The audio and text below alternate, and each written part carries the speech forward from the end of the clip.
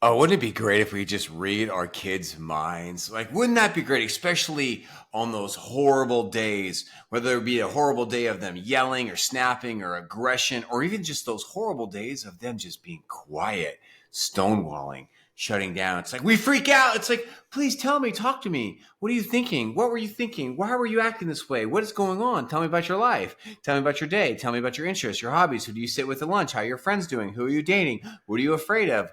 What are you watching on social media? Oh my gosh, wouldn't it be great if we could read our kids' mind if we knew what they were thinking, Jordan? Well, I mean, it's really hard to get them to communicate. So that would make it much easier for us to understand what's going on. But I mean, another thing you could probably do is just think back to when we were younger. Because I'm Okay. assuming this thought's going to come to mind when like Right. our kids do things that are really dumb. What were Right. you thinking? Oh my We've all God. done dumb stuff. I don't know what Yes. I wasn't thinking. I was living in the moment. Sorry, I Right. think that's the thing. We would read these kids' minds and realize, oh, there's no thought process behind this. They're just living in the now. They really are. Well, I've got good news for you, everybody. I have been listening to your sons and daughters for 24 years. In fact, one of the sons that I used to listen to is now sitting across from me as my co-host on this podcast. That's you, Jordan. I've been listening to children and teenagers for 24 years, telling me their secrets, their fears, their feelings, their dreams, their stresses, their pain points. And I am here to report to you what kids wish their parents knew. Oh, I'm pretty pumped about sharing this, man. So my next question is, not only do we wish we knew what they were thinking, or they knew, or they would hope that their parents knew what they were thinking. But my Yes. question is, do they actually want us to Yes. know? Yes, they do. Do you think they Yes, do? I know they do. These I'm going to be sharing. This is part one of a series. What kids wish their parents knew. I used to do, especially before COVID, a lot of in-person teaching, speaking, keynoting, and I have a seminar called "What Kids Wish Their Parents Knew," and it has been solid performance, solid teaching, solid surveys back. I even give the handouts, Jordan, to the parents of the things that said, if you don't believe me, take this home with your kids and ask them, hey, is it true you want me to know these things about you? Or which Okay. one of these things do you want me to know the most Okay. of, right? Because Juicy. sometimes I feel like we got to be Sherlock Holmes to figure out what the heck's going on in our kids' minds. Sherlock's freaking homie McHomersons. Look for the clues. To look for those clues. Yes, so I'm here to help you to decipher through and to blow away the fog. And I want to tell you some things you wish, things that our kids, they really, really want us old fogies to know. Before we start, I just want to say thank you to one of our listeners. Her name is Janine. She posted something really nice on her Instagram account, Jordan. She just shared our podcast. She said, I absolutely love this parenting podcast. It's helping me tremendously. So, of course, I had to share, and she shared it. And so, Janine, thanks for the shout out. Nice. Thank you for all of you that are listening to this. And please help us promote this through your social medias. Get the word out. And if you can, share a review on your Spotify, your Google, or your Apple. And how about this one? This is another message I got on Instagram from a dad. And he writes to me. His name is Story Kinetics. He writes, Jordan, your videos helped me to realize something I didn't expect to. They reminded me of how lucky I am to have the dad that I did. Wow. A lot of what you teach, my dad exemplified. He wasn't perfect, but to this day, he's one of the very few men I consider a hero. I'm getting goosebumps reading this. That's amazing. What amazes me is that I don't know where he got it from. His own dad was gruff, stoic railroad worker. And his mother, well, I can't say I had a high opinion of her. Yet my dad made himself a great, kind person despite it. That's you would have truly loved the guy. Truly a brilliant, curious, supportive man. This year is the 5th since he passed. It really is never enough time. Oh, man.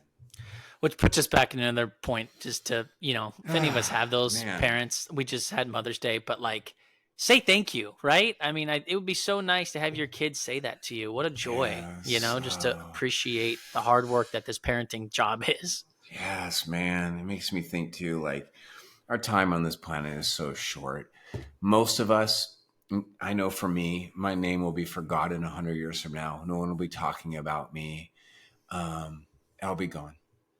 But I want to make an impact now, and it would be a dream of mine. And I'm living my life now to have that dream come to reality.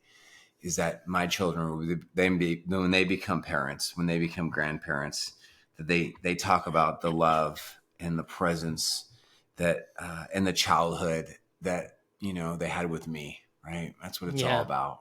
that's what we all want, man. That's why we're listening. Give us that. Help us to I create that. I do believe in heaven, and it just makes me wonder: is that man who Story Connects, his dad, he wrote about? Can he hear this in heaven? What is he thinking as he listens to this? Is he's being glorified on a podcast in 2023? What is he Mhm. thinking about right now? Right? That he's like, just makes me think about that. Right? Yeah, me too. I mean, I've got some family that have passed, and there are moments when I'm like, I hope they're looking down and smiling, right? Mm. At some of the wisdom that they've instilled in me and that we bring to Oh, our kids now. And yes. let's just hope we can keep this going forward so that multiple generations will be that much better than where we are now. Oh, well said, buddy. Dude, well said. And to get there, to be the best parents we can, we've got to keep growing and learning. We have a growth mindset towards parenting, and that's why we're here listening to a freaking podcast about parenting. So thank you for listening, and I'm here to share some things that what our kids wish our parents or you get the point, right? What they want us to know. Okay. And obviously this is going to be dependent on age range, right? Because I think my kids right now are wondering why I'm not on YouTube and why I'm on television. Dad, why are you a weatherman? Why don't you be a YouTube star? That's funny. Right, Have they right. said that to you? Have Yeah, they're like, Dad, you're on YouTube. Did you know that? they? They're all excited because they're on YouTube with like Yeah. 25 clicks while you've got thousands and Uh-huh. thousands of people on the weather channel watching you. Those It's so haters. funny. That Or is if funny. they're older. I mean, obviously you've got different things your kids would want us to know, but I Yeah. guess you've done this for 24 years. How are we able to get through to them and allow them to open up to us? Because every time we ask them, they Mm-hmm. say, I'm fine. No big deal. I want to be by Yeah. myself. Give me some alone time. And you can't pry through those doors. Yes, there will give you some. I'd love to share some tools because you can pry through doors. Any door can come in. Sometimes with some kids, you can't come in the front door. You got to come in the side door. But there's always doors to our kids' hearts, and there's always tools to solve problems. So just have hope on that. So Jordan, can I share the first thing? Because yeah, I do. I have written these in a way where it's called "What Kids," and yeah, these are kids ranging from 2 to 18. Of course, read it age appropriately. But you ready for this? Yeah. What's tip number one? All right. First thing that our kids want us to know is that I will decide if we have a close relationship or a shallow one, and how you treat me will determine that decision. Now, when you say I, you're talking in the eyes of the teenager or the child. The child wants us to know. Our kids want The us to know. child wants us to Hey, know. I am in charge here of if we're going to be close or not. I am in charge. You're not in charge of Yeah, this. because for so long we think of our kids as like a product of us, which it Mm-hmm. is. And there's a Mm-hmm. time where it's like you have this sense of ownership, so to Yes, speak. right. And then there's a day when it's like I no longer have that ownership anymore. This ship has sailed. It Woo! has moved offshore. Ah! I hope you come back. I'm still here. As you're Ah! waving on Oh my your toes in gosh! the sand. I Our don't know kids. what age that is where that happens, where that changeover happens. Probably teenage years, which is why teenage years are so tough. It's different for everybody. I've got numerous clients who've got they've got second graders and they got 4-year-old kids who are so freaking clingy. They're clinging with them. It's clinging all over. They can't get away from these dang kids. I've got a parent right now that I'm helping, and their son, who is almost a teenager, has a problem showering alone. Yeah, you've heard that correctly. They Wow. need the parent to be near them in the shower. because they don't like being alone in the shower. Woo! I They can have tell. a fear of drowning in the shower. And I don't want to get into their private issues or what's going on with that. But yeah. So yeah, some parents are like, get me away from this freaking kid. But yeah, Right. we're all going to reach a certain age. And it all comes at different ages with every different child, because there are all these wildflowers that grow how they want, where they want, when they want. And they want us to know something that's very important. And I like what you said. That I will decide if we have a close relationship or a shower one, and how you treat me would help me determine my decision. That's heavy, isn't it? Yeah. I mean, as a parent now, so we give them the reins, they're in control, and we just have to hope that our relationship is close enough to where they'll want us in. I mean, what if we get to a situation where they don't want us in? That's hurtful for us. That's part of their normal psychology, right? That is going to happen. It is going to happen. Just like, feeling disrespected, taken advantage of, feeling unloved, feeling unheard, feeling powerless. Those are horrible feelings, right? Yeah. That's a normal part of parenting, right? That's what it means to be a parent. And do we all go through that? Will every We parent all go do, through that? yes. Well, haven't you? Those words right there. Do you feel unappreciated, taken advantage of? Do you feel disrespected? Do you feel minimally, yes. And at this stage of life where I am, my kids are, I have felt that. But it's like, I can't imagine what that feeling would be like as if my kids get older and they want to have nothing to do with me. That feeling would... Well, yeah, we're talking about, that's a whole different type of boundary that we're talking about, or possible estrangement. But that's why we're here, to really be close with our kids. So, for example, this is not a PhD level research report, but I used to do a lot of speaking in freshman health classes, right? It was a freshman health class guest speaker. So I would spend 6-7 hours a day in a freshman health class speaking to hundreds of students on different social-emotional, relational topics, dangerous topics, right? It was a part of a presentation that I was a part of. I was one of their speakers, right? And I would when I would speak to freshmen, I asked them, how many of you would you say you're kind of close with your parents? Like, you feel comfortable talking about your parents with like your personal life? Take a guess. On average, this is my stats. This is what I did year in after year. 25% of the auditorium raised their hand. 50% of the freshmen raised their hands. Okay, that's not bad. 50% wanted their parents. Okay. No, they were saying, I feel like pretty close with my parents. Oh, they feel 50%. That's great. That's more than I thought. That's fantastic. I know, me too. That's right? Great. Yes. Right, like we see so much. I don't really watch the news. The news is so stupid. There's just so much negativity. But they're telling you every kid is vaping and anxious and depressed and hates their parents. It's not true. There are so many lovely, amazing high school kids, middle school kids out there making great choices. It is just a fact. Now, ready for something interesting? Yes. When I would speak to senior-only classrooms, the number is very different. Oh, dang. Just within that, 3-year gap? From right. freshman year to senior year. So they're older, but yet they're getting antsy. They're still in the house. They want to leave. Senior year high school. So I'm assuming the number drops. I would say 10 to 20%. No way. Yeah. 10 to 20% of seniors want to have something to do with their parents. That's it? No, they're saying I am close with my parents. Oh, they currently are. 10 to 20%. Close and connected. Remember, this is about closeness. I will determine if we have a close relationship or not, and how you. But that also has to come back on the parent. Are there parents who have that same factor? Well, this is why we're here. But this is why we're here. This is why we're here, because I've told this story before. One of the main reasons I got into parent coaching, there's a lot of reasons, is that I've told this story before. I was mentoring a small group of about 10 kids, and when they were freshmen, they were all super sweet kids, great attitudes, great families. I knew their families, and I watched these kids grow up until senior year. And I could tell you lots of stories of this group, but here's one story that stuck out to me. There was one kid in particular. His name is Taylor. While his friends got into vaping, partying, and doing drugs, and even kind of being known as like douchey party boys, he didn't. He didn't do drugs. And I'd wondered why. Is it his faith? No, because all the boys claimed to have a Christian faith and involved in it. Was it his morals? Was it because he was an excellent swimmer? Well, no. A lot of the kids did high-level sports. It wasn't because of their athletics. Well, what was it? Well, my determination is that Taylor had something with his parents. Taylor Walsall. that was special. And I watched and I listened to their parenting style and their conversations. I said, there's something there. Not saying that their parents weren't bad. The other parents were great, great parents, great families. All these boys are happy and healthy now, men in their mid to late 20s.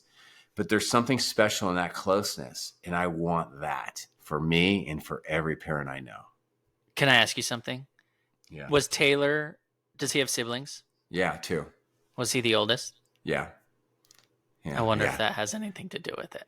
But yeah, and I can't say for certain how his two younger siblings turned out, but yeah, that you are into the sibling birth order. There is something legit there. Stats tell us that. Be there.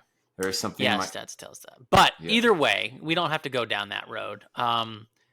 What the important thing is the relationship that you saw, that you want, and we all want. As you were talking, I'm thinking this is a cohesive relationship. We've got party A and party B, one being the child, one being the parent. And so we, as parents, are looking at this through the lens of parents. But what if there's a child or a teenager listening to us right now and wants that with their parent? They do. But their parent necessarily isn't giving the time or the energy back to that child. So I have a colleague that I asked. I said, hey, if you could think back to your childhood, what is one thing you wish your parents knew? And she's like, well, I had a great relationship with my parents. Okay. But I just wish they knew how stressed I was. Ooh, how stressed. Okay. And I was like, were you really that stressed? She goes, well, I was a go-getter, a student, volunteer all the time. Mm-hmm. But, my dad was a single dad and he had a couple daughters, and I get he was stressed too, but he never pried me about anything. I just wish I was able to spend more time with them. And I wish he would just ask me more about how I was doing. We had a great relationship, but it was never really there to ask, you doing okay? Let me check in. Right. So I think that's where you're coming from. Well, if you ask 10 people, what does closeness feel like? You're going to get 10 different responses, right? I can't speak for your colleague, but what it sounds like she might be saying, man, is, you know what? I had a great relationship with my dad. He was a good person, a good dad. But you know what would have been nice is if he was there for me in my stress and just be a comfort, be a soft pillow. That's maybe what she was saying. That would have increased our closeness. Right? I know. I'm just pondering on that. Yeah. Yeah. I think it takes, obviously, the parents to want to be that with our kids and to give them our time, because we are so busy. I think we've talked about that in multiple episodes. It's like trying to be there and be present and just check in every once in a while. Right. Like on one hand, here's a couple of tools for us listening. We've all heard of the book, The 5 Love Languages. There's actually a book called The 5 Love Languages for Kids. And so on one hand, this 5 love language psychology is legit. And like some kids really do, they really feel our love through our quality time. Other kids is through gifts. Other kids is through words of affirmation. Other kids is through touch, positive touch. And the other fifth would be like one of my daughters is acts of service. She's really into that. So on one hand, we all dig these things, but you know what I dig more? There's something new out. The Gottmans have a new term and they call it love maps. Have you ever heard that term before? No, like each of us have our own map. Man, this is a Sherlock Holmes podcast. Okay. Right. Yeah. So if you think about it, let's just go with you can even go with your wife, Danny, for example. And I'll think of my wife, Danielle. Like we have these maps and it's like, especially if you've been married for somebody, you communicate. Like, this is how I like, my soup. This is my favorite restaurant. I don't like this type of movie. That it bothers me when you leave a cup on the counter. It's like we communicate these maps, and so these things aren't going to be found in the love languages, right? It's like this map, and where does a map lead? Well, mostly a map leads to a destination you want to go, right? 100%. So what we're doing here in this podcast is try to enlighten our own mindfulness about what is closeness. Well, it's about listening to our kids' love maps and responding to it. And it sounds like your colleague saying, you know what one of my love maps is? And it probably still is today, buddy. You could ask her next time and tell us what she says. I bet you that if she is in love with somebody and is a good, healthy, romantic relationship with them.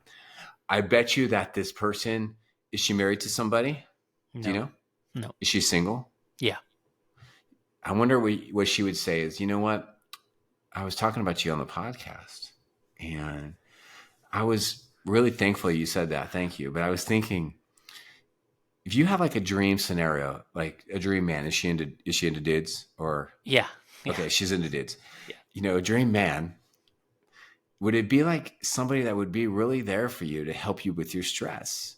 And just like you could talk to him about it. I wonder what she would say. Well, I think many people would say, yeah.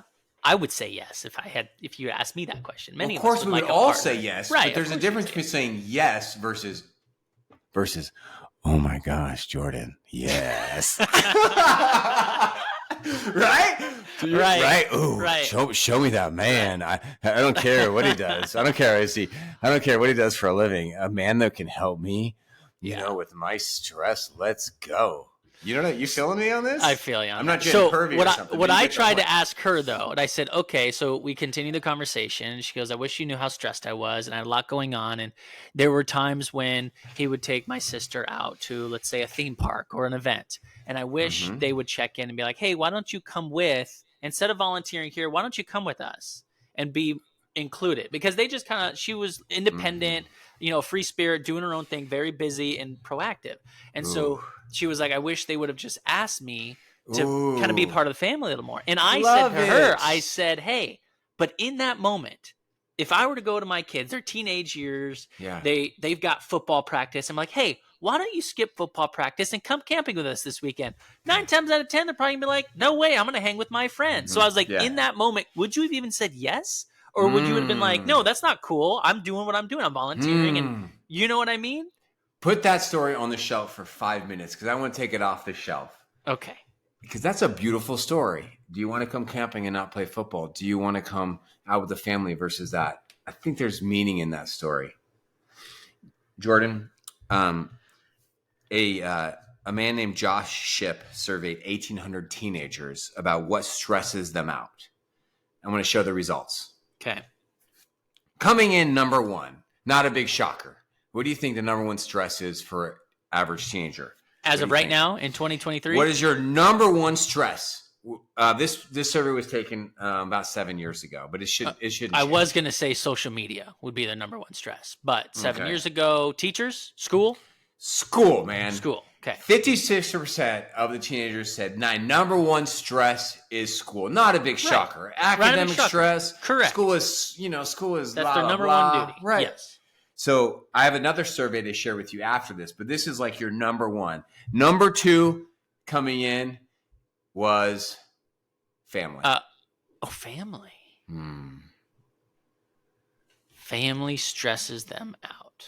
Did they get into the details about that? They didn't, but I want to get into the details right now. Okay. Because this is really sad. It's really, really, really bad and sad and messed up that 1/4 of the kids that took this said that their family is stressing out. My fellow parents, that is a bad look for us. That is horrible. That 25% of the teenagers that took this said, you know what? Of all the stresses that I have in my life, my family. That is so heartbreaking, man. Yeah. I mean, I get it. When I was young, my sister drove me through a wall. She stressed me out from time to time. But that's a given. She's my little sister. Of course. I still love her to death. You know what I mean? But the whole family never stressed me out to write that down. That's Would that be your unfortunate. top? Well, it makes me say, I'm going to say it real strong. What the hell is going on in those homes? The 25%. Come on. Like, these are children we're talking about. These are the adolescent years. They have so much stress. What are they doing in that house to, affect these stresses? So you know what? Here's my number two. I want to talk about stress because I have another stat I want to share you, and I want you to say what you're about to say. Did I cut you off? No, go for it. What kids wish their parents knew. My life at school is really stressful. So when you add stress to my life, I will move away from you. Yet when you help me release and handle stress in positive ways, I will move close to you and I will thrive as a student, a family member, and a person. Who wrote that? I wrote that.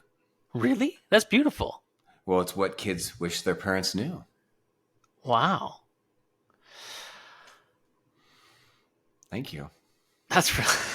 I thought a student wrote that, man. I was like, that's really wise. Hey, man, I'm just a megaphone, man. I'm just a translator. I've just been listening to kids since you were a kid, dude. And I don't come up with this stuff. I'm just telling you, that's what they want us to know. In Baltimore, a huge study on teen stress was done. Huge. Way bigger than 1800. It was called Confronting Teen Stress. And the study showed the 5 sources of stress most often experienced with the youth. And coming in at number 1, not a big shocker, 78% of teenagers said schoolwork stressed them out, right? Again, number 2, what the F? 68% of the kids that took this said parents. Parents. So we want what's best for our kids. And the question I have for you is, schoolwork stresses them out. So if kids were to come home and be like, gosh, school's so stressful, I don't even want to do this project. And I say, sorry, you got to do this project. Would that mean I'm causing more stress to them by affirming what they need to do? I don't know. I can't speak for any kid. I mean, but because I want them to succeed. I want them to do their tasks. You do. But if your wife came home from a really hard day at work or a hard day with the kids, and she said to you, oh my gosh, I now have to do bedtime. And then you said what you just said. Sorry, you still have to get it done. Right, that's what you just said. We have tasks. We have tasks. Get them done. Okay? Dude, great speech, man. I really think you're going to have some great lovemaking that night. Not. Dude, you're right? Yeah. Like, right. what it makes us like wonder, what is our role in our kids' lives? Are we going to add stress? Are we their pep talkers? Are we their guilters? Or are we their soft pillows? Because you know what's nice is a pillow. Like, I have a nice pillow. I change my pillow about every year or two because I like it firm and hard and like keep my head up, man. You know what I mean? Yes. Let's talk about the parenting roles that we play. What roles are you playing in your kid's life? You hear me talk a lot about we want to play the role of being our kids' wise sage. But that's not what we're talking about here today. I think we should play the role of a pillow, man. Who doesn't love their pillow? You love your pillow? Bag pillow? Yeah, I do love my pillow. Sometimes we have too many pillows. And I'm like, get these pillows out of here. There's too many pillows. Dude, I wrote a freaking pillows, man. How many pillows do you have on your bed right now? How many pillows? I've got 6. 5, 6, 7, 8. 7, 8? I think I have 10. 6. 10? Yeah, okay, man. Jeez, you're on another level. Okay, so I'm thinking of an interview I heard from Derek Huff. He's a professional dancer. Many people know him from Dancing with the Stars. He's been on, several TV shows. One of the things he said was his parents forced him to do dancing at a young age. He hated dancing, but his parents forced him to do it, which I'm assuming made him not so happy with his parents. But now he looks back and is glad he did all the hard work and now has a career out of it. So there's got to be this fine line for us to be the pillow and firm up every once in a while. Ooh, firm up. Firm up, bro. Get that sleep number to the way you need it. Hey, we're going to have tons of other episodes about that, and we're going to talk about that. But this episode is not focused on how do we motivate our kids. This focuses. That's not. See, you're veering off the path. I'm actually poking you right now. Our kids are trying to tell you something. They're trying to say to you, "Hey, Dad, my life is really stressful, and like when you add stress to my life, it hurts, man. It's hard, and I move away from you." And you know what you're talking about? You're like, how do we push the kids? Yes. Right? I know. I don't know where that comes from. My background, I'm like, well, suck it up, Buttercup. Let's go. Wake up at 6 a.m., make your freaking bed, and let's get to soccer practice. So how do we balance these things? How do we be these motivational parents who want to push our kids, but also we listen and we hear them and we know that their life outside this home is stressful, man. And it Yeah. was for you and I too. So finishing out that survey, 64% of teenagers said it was romantic relationships that stressed them out. 64% said that it was friend problems. Okay. And coming in at 64% is something you've actually already mentioned and alluded to. Younger siblings came in at number 5. Yes. Dude, those siblings. Number siblings. For me, it was older sibling. Oh, it was my younger sister would say it was her older sibling. Right. So, right. So imagine a huge stadium filled with people, 70, and you ask them, hey, if they're all teenagers, they're all kids, what stresses you out?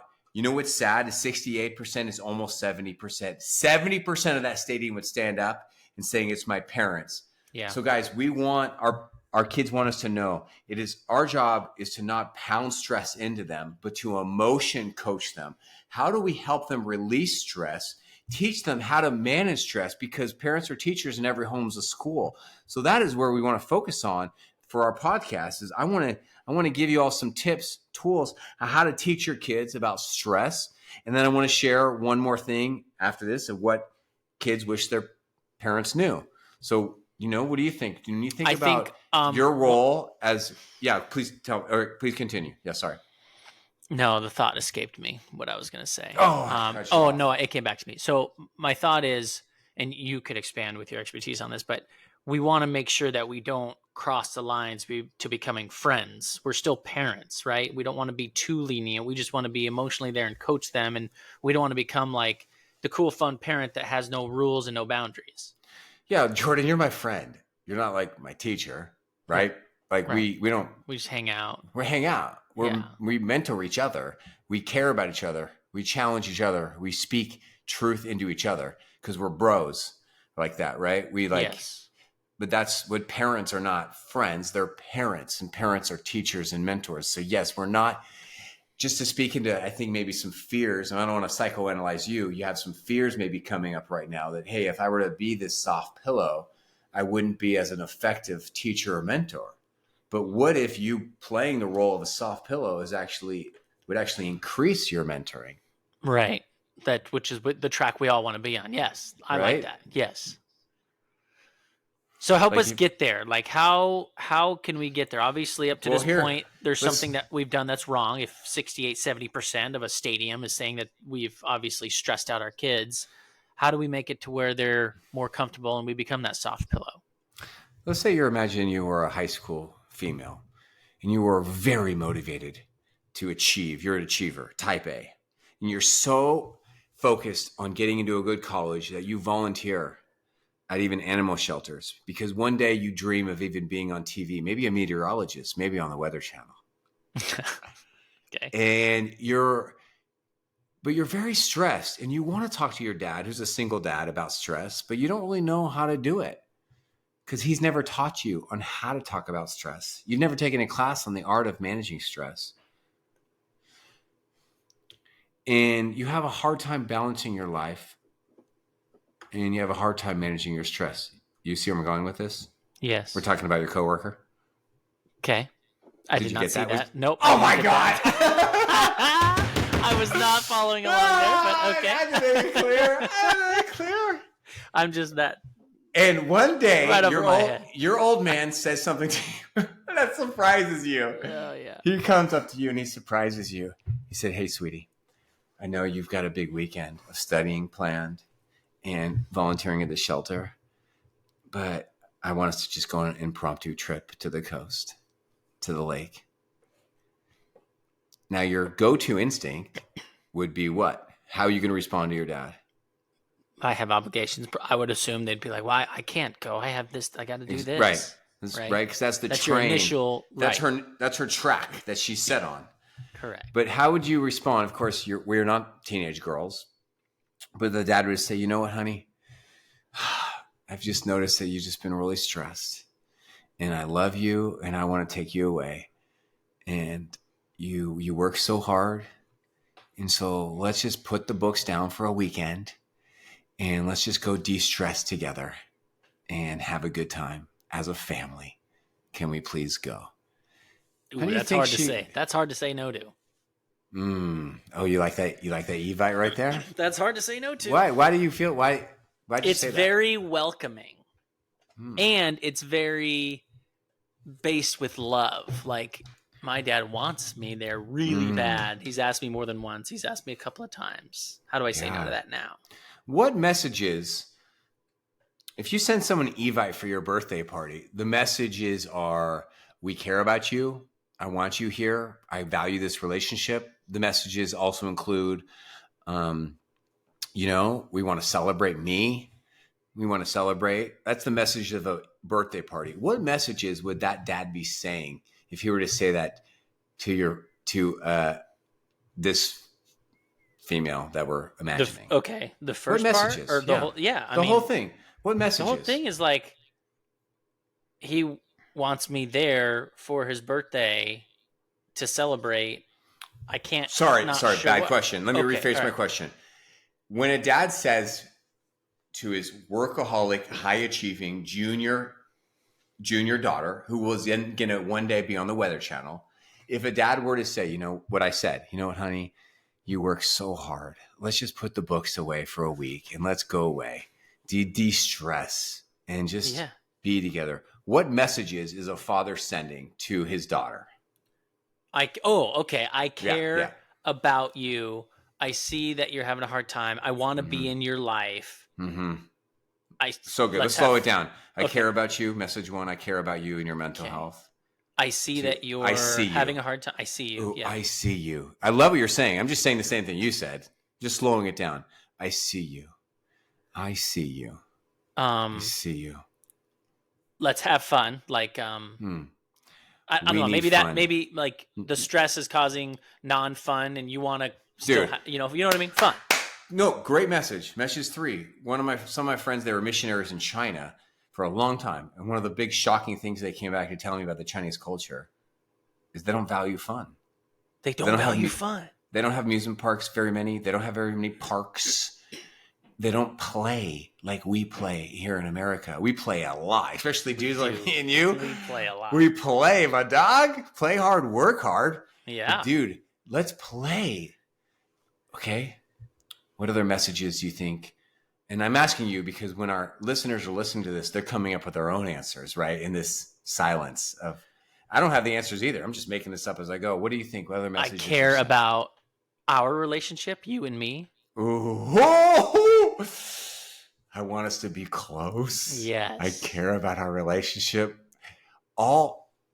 Dude, and how long did that invitation even take? It took about 12 seconds. I love how we're breaking this down. I just don't know if my teenage daughter is going to break this down. Maybe she will. Will she?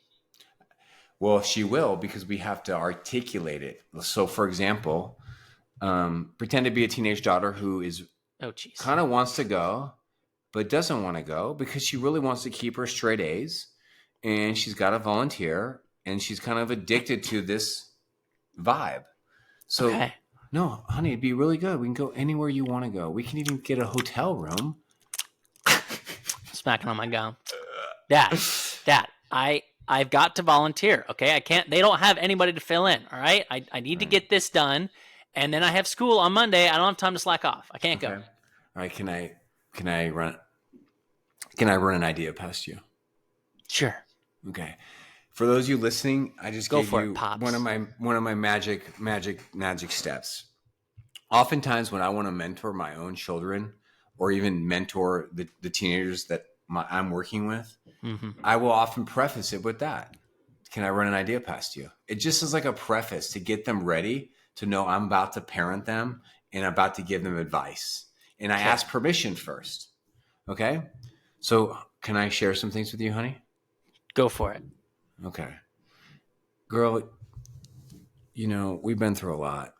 I'm a single dad, and I'm so proud of you. You work so hard. I see you working, and I see you stressed. You're stressed, aren't you? Aren't you? You caught me. Yes, yeah. I am stressed. Right. And you don't really talk to me about your stress very much. Well, that's because you're busy. You got to be stressed too. You're a single dad. You got a job. You're taking care of us. I don't need to bother you with my problems. Right. But you're older now, and I want I want us to be able to talk about our stresses and share our stresses. I want you to be able to come to me and share your stresses with me and just vent. And no, you're not going to get a lecture or a pep talk. You just I want you to view me as somebody you can come to and just talk about your stresses. But Dad, you're like never around. You're Yeah. always out doing something. Right. Yeah. Well, I want to change. I've never been a parent before of a 16-year-old straight A student, and I'm learning as I go. So you can So, change everything now. I got to drop everything I'm doing so we can go on this no, you trip. don't. No, we don't have to. But this is what I'm thinking. Grades are very important. Volunteering is very important. Getting into a top college, I know, is a high priority for you. You're going to be on TV one day. I know you're going to be successful. Do you agree? Do you feel that? I But you hope know what's? so. That's what I'm trying to do. I believe in you. But you know what's also really important is taking care of our mental health, taking care of our family health. So I'm not forcing you to go this weekend. I would like to go this weekend. Seems like a good weekend. I'm just saying, I can see you're going through a lot, and this would be a great weekend for us to get together to take care of our mental health and take care of our family health and just be together. I like what you did there because you gave the option that it doesn't have to be just this weekend. We can go another weekend. What message Kept it is open. Yeah, thank you. What else did you think about that? Well, you're very soft. You were a very soft pillow, might I add. I mean, Ooh. this was like a full body, wrap your whole body around pillow. It was nice. Even though she was throwing, or I was trying to throw a little shade at you, you didn't let it bother you. I try to diffuse her with gentleness, with pace, and with empathy. See, I actually had empathy there. You're going through a lot. It's hard. Yeah. Positive words. And then I sent over an Evite. But the main message, and I hope for those of you listening, hope you picked up some tools there. Some of the tools you might have just picked me up using there was I used the word mental health. That's Yeah, a you good did say tip, that. especially with teenagers. Using the word mental health. So we talk about mental health in this family. Great tip. Another side tip, we're not even focusing on this, is the main message here that I've been trying to send this entire 10 minutes is this message. I don't know if I got across, but honey, the main message I'm trying to send to you Is that I want to be is with you? I want you to open up to me? those are good. Is we we we've got to take care of our mental health and our family health. That's the top priority in this family. Family's number one. Family first.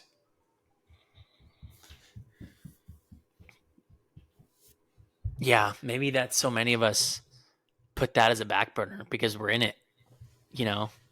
It's like I think Brendan Fraser said in his acceptance speech of this best actor, whatever he got at the Golden Globes or whatever it was. I just saw his speech and he was like, when you're getting the calls every day and being on, with all these gigs, you take it, you take advantage of it.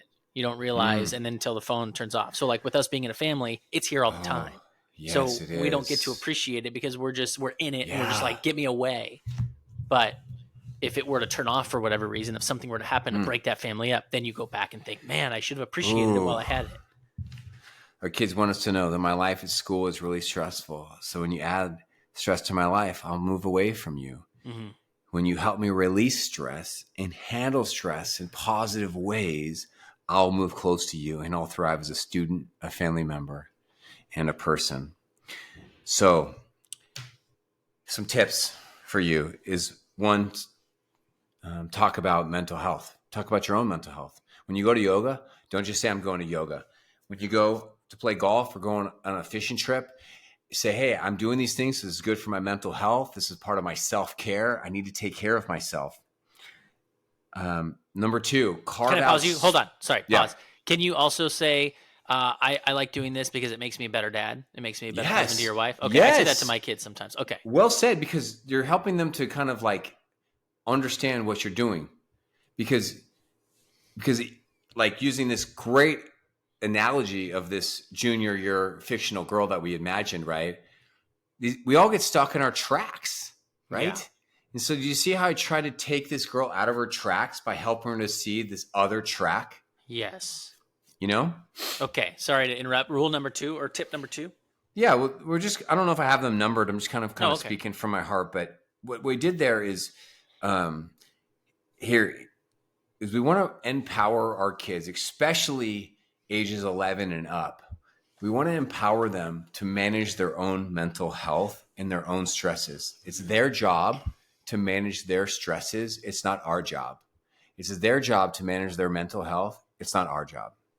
I'm going to tell them that boldly, man.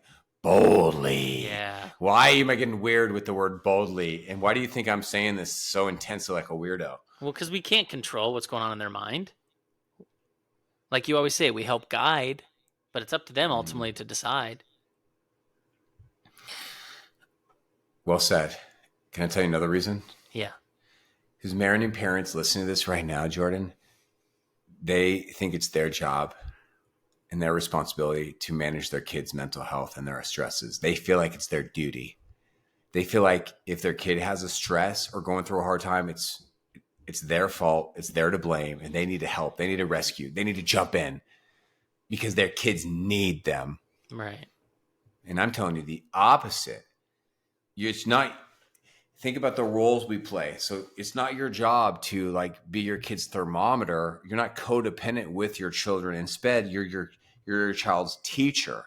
You're their emotion coach. Your job is to help them see their life outside themselves, like this father did, and see, hey, I see you, and I see this is what's going on in your life, and I want to coach you. I want to invite you to a weekend getaway. I didn't force you to go, which I could in different scenarios. We could force kids to do things that are good for them. No problem. That's a different conversation. But see, we're just kind of guiding them into mental health, take them prioritizing their mental health. Yeah. What do you think about that? I think that's great if it works out that way. I mean, you're right. I mean, we don't want to force them. It's a nice picture to see. And for so many of us, it's a picture that seems like it's really hard to get there. So we got to start somewhere, and hopefully that's our vision, and then we'll get to that by just continuing these tips. You're already doing it. You have 2 9-year-olds and a 4-year-old. You are already emotion coaching your kids. Right. And you're already helping them. I'm trying to be mindful on that. Yeah. Right. So you're talking right now. I just said that because it's like you're talking like you're not doing this, but I know you. So can I put you on the spot? What kind of things come out of your mouth when you're helping your kids with their stresses, with their anger, when you're emotion coaching them, when you're pillowing them? So one thing I do, and I'd love your advice on this, and I don't think I'm doing the right thing, but this is what I'm doing right now, is let's say we have a child who has a bunch of kids picking on them or making fun of them. Okay. Just what kids do. You make fun of them. And then let's say my kid gets really upset and is like, that is so hurtful. They're being so mean. I've already told them a million times that it hurts my feelings. It doesn't matter. They still do it. So then what I say is, why are you giving them so much power to affect you? But that might be too mature for a 9-year-old. I don't think it is. I think it's great because if let's say they don't really fully understand it at age 9. By the time you say that to them when they're 13, like they'll be hearing this for years. They'll have such a greater awareness of this psychological truth that you're teaching them. It's so hard for us because I remember growing up, you always wanted to be the popular kid. You wanted to be liked. High school wasn't about learning. I mean, it was, but not scholarly things. It was about adapting and fitting in. And yes, trying to get good grades, but more importantly, not getting made fun of. And so what's hard is as an adult now, I say, just be comfortable in your skin. Be bold, be outgoing, be yourself. But the problem is with our youth and me when I was a kid is you have these outside forces that you want to you're not even comfortable in your own skin. So it's like, I need other people to give me that. And so it's hard for me to say that to my daughter or my son because I know they don't have that. Now it was hard enough for me to get that. Yeah. But here's what you're doing. And I'm just putting words to what you're already doing. Your kids are never going to take class on how to manage stresses, internal stresses, social stresses, popularity stresses. So who is going to teach them how to manage stress in healthy ways? Well, we are. Right. So right now, if your kids are smoking pot, if they are on screens, more than 3 hours a day, depending on their age appropriate. I don't even know why I threw that number out there. If you're uncomfortable with the amount of screen time that they're on, is what I should have said. If your kids are staying up really late and they're late for school, if your kids are just very moody, if your kids are just really nasty, if your kids are not spending much time outside the house on the weekends, being with friends, playing sports, doing music, drama, exercise, activity, well, there's a strong, strong chance that your child is stressed out and they are managing stress in very, very unhealthy ways. And they need parenting right now. And there's a strong chance that you are enabling this stress behavior, and they would benefit from some different parenting from you. What we have right now in our culture, Jordan, you may not know of this, is we have a lot of kids now that are going around saying these strong words like, I feel anxious, I feel depressed, I feel stressed. We didn't talk like that when we were kids, man. Yeah. Is it real or are they just excuses? Both. Okay. Depending on the kid, both. Because, yeah, I'm sorry, going through, freshman year is stressful. 6th grade year can be stressful, but it doesn't give you an excuse to drop out of society or act like a bozo or a mean person or do drugs, right? Right. I know you're stressed, but I'm sorry, you vaping is not a healthy stressing coping skill that I'm going to support or enable right now. So instead of thinking about, drugs or screen addiction as like what they are, which are bad outward behaviors, we've got to look to the core issue. And we want to coach our kids to find out healthy ways of building their identity and healthy ways of managing their stress. And we want to do that in a way that nurtures closeness.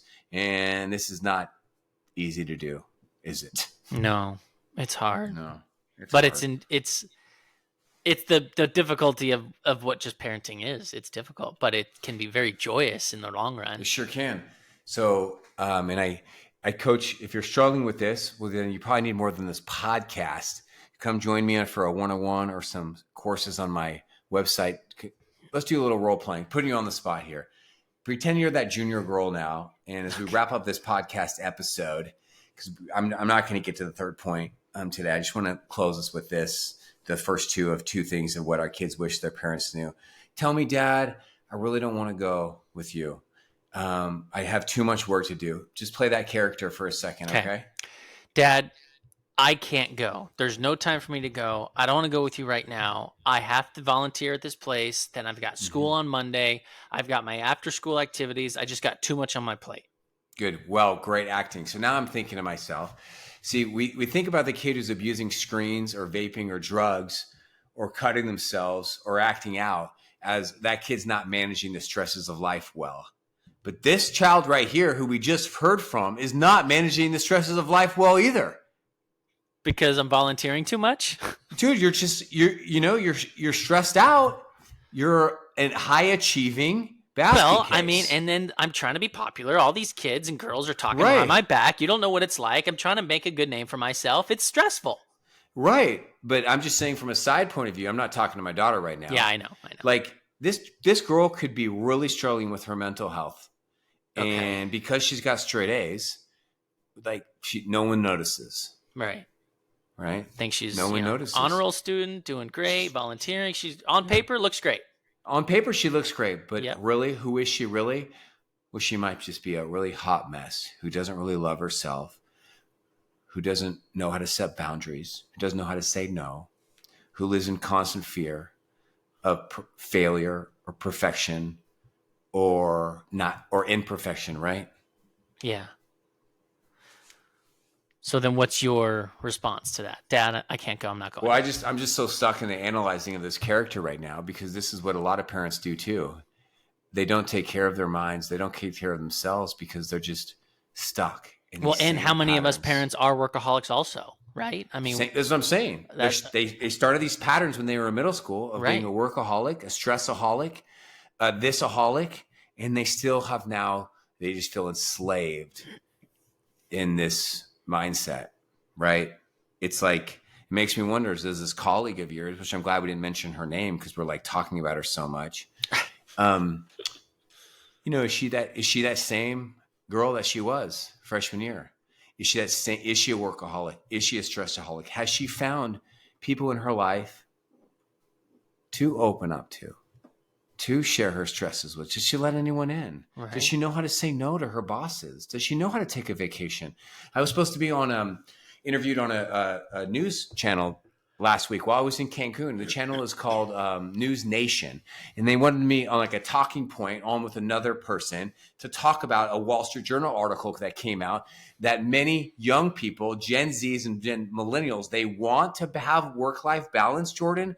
They want to say no to their bosses and go on vacations, but they can't. Because of the obligation. Because they're just caught up in this rut of work, and they feel like their identity in their work. It makes me wonder, what kind of parents are they going to be? Is parenting going to jolt them when a baby comes out of them, or when they put a baby in someone else's body? Is it going to jolt them into balance, into presence? So going back to when they asked you to be on, did you do it or did you say no? Oh, yes, I did do it. And right before we were supposed to go live, they said to me, Sean, we got a problem. So sorry. So a White House conference that's going on. We don't know when it's going to end, and we can't put you on. You're on the news, so you know how that goes. Yeah. So they've asked me like numerous times to be on, so they keep asking me to be on. So I think they want me to be like they want me to be on like a they want you to be one of their sources, which is great, man. You should totally do it when you have the time to do it. That's amazing. I will, and then you can give me some critique. You can give me some coaching on how I can improve that, because they want me to be like controversial and like devil's advocate. And that's what they want. You need to be you. You need to be you. That's what my wife Danielle said. You need to teach. Don't feed into what they want. You do what you are known to do. Okay? I know. Don't become a character. It's sad to see what news channels are doing to create whatever they're trying to create, but you just need to stay you. Okay? That's number one. Anyway, so going back to back to scene, honey. To scene. Honey, I really want you to go. This really means a lot to me. Still say no to this. I think it'd be good for you. I know it'd be good for me. Can we please go and have a weekend away? Dad, no. I can't. I'm just too busy right now. Okay. I got too much going on. Okay. All right. I will accept your decision. I want to honor your boundaries. Can I share a couple feelings with you? I get it. You want me to go, and I wish I could go, but I just can't. All right, but I haven't shared any feelings with you. Can I share some feelings? Okay, yeah. Yeah, I'm feeling... You upset? You seem upset. No, I'm not upset. I'm not upset at all. Really love you. You're a wonderful young woman. You've got straight A's. I'm so proud of you. But I feel a little uncomfortable. That I can't go? Yeah. Why are you uncomfortable that I can't go? You could still go. I sure can. But it's not about the trip. I feel uncomfortable because, honey, I want you to really feel free to go on trips and to say no. I want you to feel free to get a B. I want you to feel free in your mental health, that your mental health and your joy and your family health is the number one thing in your life. And I don't know if it is right now or not. Dad, I get that. I get that, but I literally cannot get a B if I'm going to get this scholarship. You're not going to pay for college for me. Mom's not going to pay for college for me. I can't afford college. I need straight A's. I need to do everything I can to get to college. Point. Yeah, and I know, and I love that about you. You're so driven. But I still feel uncomfortable because I want you to be able to prioritize, your being, your joy, your relationships, your mental health over everything, including this scholarship, because I can't convince you of this, because if you don't get into that one college, you'll still be okay. You'll still be okay. You'll be happy. If you don't get the scholarship, we'll figure it out. And let's say you do kill yourself to go to this college, but then you're a hot mess. And then you wake up 20 years from now and you're a workaholic because you never learned to go on a vacation with your dad. Will you please think about this? Because I'm seeing some patterns in your life and I'm feeling a little uncomfortable with it. That was good. That was really good. Why'd you like that? You are very good at accepting, right? Whatever the child is going to say, and knowing which direction you want to answer. Because sometimes I feel like I'd be like, shoot, which direction do I want to go as a parent to let her know I really want her to go? But you always relay it back to her so she can have the thought and the decision of, man, should I be going or should I not? I don't know if I articulated that well, but I thought you did. And thank you for your kind words. Thank you. Because sharing a soft word like uncomfortable. We did a podcast episode about that just recently, about what words are better to share with kids and others. It's just a very soft word, but I'm just trying to honor her boundaries, but I get her to think about, because in the end, I cannot control this child, but I can control myself. And if she wants to end up being a workaholic, then that's going to be her choice. Right. And I just want her to know how I feel. And how do I feel? Uncomfortable. I do. I'm uncomfortable because I want to see my daughter balance her life. We don't have a crystal ball. We can't read our kids' minds. I'm going to share more of these, what our kids wish our parents knew. This is part 1. I hope that we hear our kids, and I'm just their megaphone. I'm just a translator. Our kids want us to know that they're going to decide if we have a close relationship or a shallow one. How we treat them really matters. Their life outside of our homes are very stressful, and our job is to teach them and to emotion coach them on how to manage their own stress in healthy ways. Jordan, I'm thankful for you. That's my attitude of gratitude, that I have this amazing privilege of seeing a young man from his freshman year of high school grow to be such an amazing dad, an amazing man, and an amazing person. So thank you. Amen, brother. I appreciate that so much. And I'm thankful for you. You even though you didn't teach us this specifically when we were younger, you had this built inside you because you helped me to be who I am today. So I appreciate that so much.